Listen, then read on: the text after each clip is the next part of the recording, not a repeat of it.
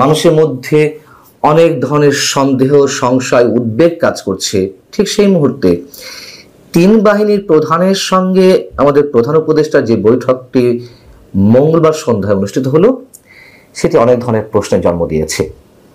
বৈঠকে আসলেই সত্যি সত্যি কি নিয়ে আলোচনা হয়েছে আমরা নিশ্চিত নই, তবে প্রশ্ন এবং সন্দেহের সৃষ্টি হয়েছে খোদ প্রধান উপদেষ্টার প্রেস উইং থেকে যেই প্রেস বিজ্ঞপ্তি গণমাধ্যমে পাঠানো হয়েছে সেখান থেকেই। প্রশ্ন এবং সন্দেহগুলোর কথা অবশ্যই বলবো, তার আগে এই প্রেস বিজ্ঞপ্তিতে যে কথাগুলো উল্লেখ করা হয়েছে সেটি একটু আপনাদের সামনে বলি, আপনারা নিজেরাই হয়তো অনেক ধরনের প্রশ্নের মধ্যে পড়ে যাবেন। এই প্রেস রিলিজে বলা হচ্ছে, প্রধান উপদেষ্টা অধ্যাপক মোহাম্মদ ইউনূস সশস্ত্র বাহিনীর প্রধানদের সঙ্গে রাষ্ট্রীয় অতিথি ভবন যমুনায় সারা দেশের নিরাপত্তা পরিস্থিতি স্থিতিশীল রাখার উপরে গুরুত্ব আরোপ করেন। আইন শৃঙ্খলা পরিস্থিতি নিয়ে বৈঠকটি ছিল উচ্চ পর্যায়ের। উপস্থিত ছিলেন কে? সেখানে উপস্থিত ছিলেন সেনাপ্রধান জেনারেল ওয়াকারুজ্জামান, নৌবাহিনী প্রধান অ্যাডমিরাল মোহাম্মদ নাজমুল হাসান এবং বিমান বাহিনী প্রধান এয়ার মার্শাল হাসান মাহমুদ খান। এছাড়া ঊর্ধ্বতন কর্মকর্তারা উপস্থিত ছিলেন। বেশ ভালো কথা। আরো উপস্থিত ছিলেন স্বরাষ্ট্র উপদেষ্টা লেফটেন্যান্ট জেনারেল অবসরপ্রাপ্ত জাহাঙ্গীর আলম চৌধুরী, পররাষ্ট্র উপদেষ্টা মোহাম্মদ তৌহিদ হোসেন এবং জাতীয় নিরাপত্তা উপদেষ্টা ডক্টর খলিলুর রহমান। বৈঠকে দেশের বিভিন্ন অঞ্চলের আইন শৃঙ্খলা পরিস্থিতির উপরে খসড়া প্রতিবেদন উপস্থাপন করেন নিরাপত্তা সংস্থার ঊর্ধ্বতন কর্মকর্তারা। এই লাইনটা খেয়াল রাখবেন। যাই হোক, এই জন্য খেয়াল রাখতে বললাম যে নিরাপত্তা সংস্থার ঊর্ধ্বতন কর্মকর্তারা প্রতিবেদনের খসড়া উপস্থাপন করেন। প্রথম প্রশ্ন হচ্ছে, এই যে ঊর্ধ্বতন কর্মকর্তারা উপস্থিত রয়েছেন, অন্যান্য উপদেষ্টা রয়েছেন, পুলিশ প্রধান কোথায়? তিনি কেন ছিলেন না? আইন শৃঙ্খলা রক্ষা সংক্রান্ত বিশেষ বৈঠক অনুষ্ঠিত হবে, সেখানে পুলিশের প্রধান আইজিপি থাকবেন না, এটাকে সহজভাবে মেনে নেওয়া যায়? যদিও প্রধান উপদেষ্টা প্রেস সচিব মিস্টার শফিকুল আলম বলেছেন যে সেটা তো স্বরাষ্ট্র উপদেষ্টা ছিলেন, স্বরাষ্ট্র উপদেষ্টা অবশ্যই থাকতে পারেন, কিন্তু আইন শৃঙ্খলা রক্ষার সঙ্গে যে বাহিনী সবচেয়ে গুরুত্বপূর্ণ ভূমিকা পালন করে, এই কাজগুলোর জন্য যে বাহিনী সরাসরি সম্পৃক্ত, সেই পুলিশ বাহিনীর প্রধান থাকবেন না? কেন ছিলেন না?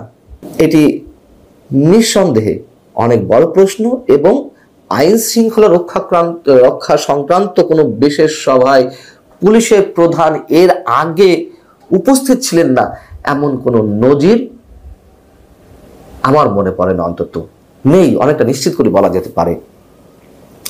দ্বিতীয় প্রশ্ন হচ্ছে যে এই ধরনের সভায় পররাষ্ট্র উপদেষ্টা কেন থাকবেন?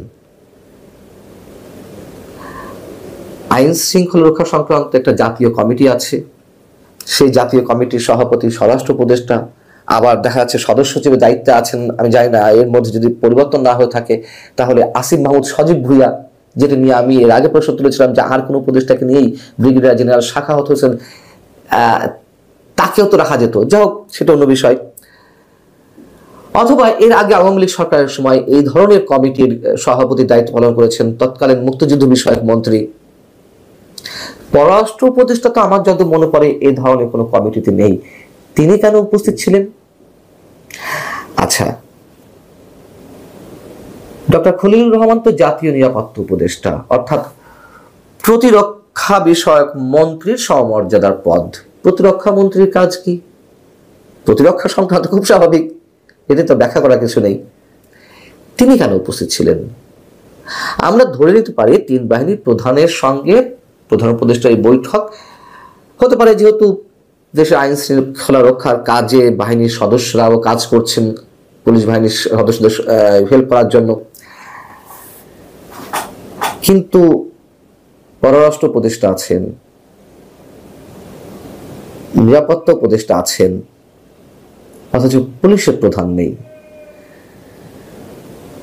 সেই জায়গা থেকে মানুষের মনে যে নানান ধরনের দ্বন্দ্ব দোলাচলের মধ্যে আছে, সেই জায়গা থেকে যদি আমরা প্রশ্ন করি তাহলে কি আসলে সেখানে করিডোর নিয়ে আলোচনা হয়েছে, যে বিষয়টি নিয়ে বাংলাদেশের সব শ্রেণীর মানুষ এখন ভয়ঙ্কর একটা উত্তেজনার মধ্যে রয়েছেন, এবং যেই ইস্যুতে সেনাপ্রধান একেবারেই দ্বিমত পোষণ করছেন, বিপক্ষ অবস্থান করছেন, বাংলাদেশের সার্বভৌমত্বের প্রশ্নে তিনি অটল, মানে আপোষহীন,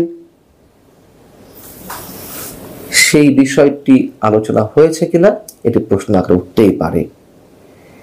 এবং আরো যে বিষয়গুলো রয়েছে, যেহেতু প্রতিরক্ষা উপদেষ্টা, পররাষ্ট্র উপদেষ্টা, তিন বাহিনীর প্রধান, স্বরাষ্ট্র উপদেষ্টা, যুদ্ধ নিয়ে তো অনেকেই অনেক ধরনের মন্তব্য করেছেন, তাই না? সরকারের বিভিন্ন পর্যায়ের শীর্ষ দায়িত্বশীল ব্যক্তিদের পর্যায় থেকে অনেকেই, সেই বিষয়ে কোনো আলোচনা হয়েছে আমরা জানি না। তবে এটুকু অনেকের মনে সন্দেহের দানা বাঁধছে যে আসলে আইন শৃঙ্খলা রক্ষা সংক্রান্ত যে বৈঠকের বিষয়টি তুলে ধরা হয়েছে হয়তো তা ঠিক নয়। আমি বলছিলাম যে প্রধান উপদেষ্টা প্রেস উইং থেকে যে বিবৃতিটি বা বিজ্ঞপ্তিটি পাঠানো হয়েছে গণমাধ্যমে, তার মধ্য দিয়েই অনেক ধরনের প্রশ্ন উঠছে। যদি এখানে এই বৈঠকটি আইন শৃঙ্খলা রক্ষা সংক্রান্ত কোনো বৈঠক হিসেবে উল্লেখ না করে যদি বলা হতো দেশের সার্বিক পরিস্থিতি নিয়ে উচ্চ পর্যায়ের বিশেষ বৈঠক, তাও আমরা মেনে নিতে পারতাম যে এই ধরনের বিশেষ বৈঠকে প্রধান উপদেষ্টা যাকে প্রয়োজন মনে করছেন তাকে ডেকেছেন। কিন্তু যা উল্লেখ করা হয়েছে সেখান থেকেই অনেক বেশি গুঞ্জন, অনেক বেশি সন্দেহ, সংশয়, প্রশ্ন মানুষের মধ্যে উকি দিচ্ছে। এবং এইগুলো তখনই উকি দেয় যখন তথ্যের অবাধ প্রবাহ থাকে না। আমাদের কাছে মনে হচ্ছে যে এখানে কিছুটা আড়াল করার চেষ্টা করা হয়েছে, আর সেটি ঘটেছে বলেই অনেক ধরনের গুঞ্জন। দেশের পরিস্থিতি তো আসলে ভালো না, একটা অস্বস্তিকর পরিবেশ, অস্বাভাবিক পরিবেশের মধ্যে দেশে 18 কোটি মানুষ রয়েছেন। এবং গত 2-3 দিন আগে যে ঘটনা ঘটলো, সেনাবাহিনীর বিরুদ্ধে লং মার্চ করার সাবেক সেনা সদস্যদের সমন্বয়ে উদ্যোগ নেওয়া হয়েছিল, এটি আমরা এর আগে ইতিহাসের কোথাও